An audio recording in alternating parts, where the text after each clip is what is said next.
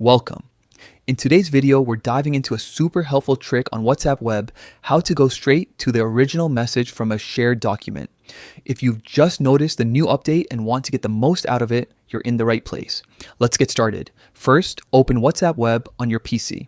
You can do this by heading to the official WhatsApp web page in your browser, then scanning the QR code using your phone's WhatsApp app. Once you're in, you'll see your chats lined up on the left side and the selected conversation on the right. Now, look closely at the menu on the left-hand side of your screen. You'll notice a new media icon. This is where all your shared files are organized. Click on that icon. It opens a panel showing all kinds of shared media like photos, videos, links, and of course, documents. Next, select the Docs tab. This is where every document that's been exchanged in your WhatsApp chats will appear. It's neatly sorted so you can quickly scroll through and find the file you need. When you see the document you want to check, simply right-click on it.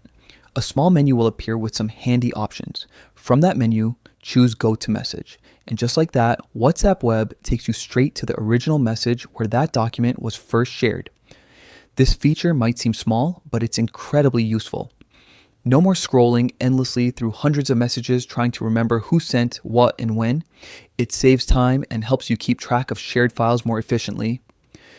With each new update, WhatsApp Web keeps getting closer to the mobile experience faster, smoother, and much easier to manage directly from your computer.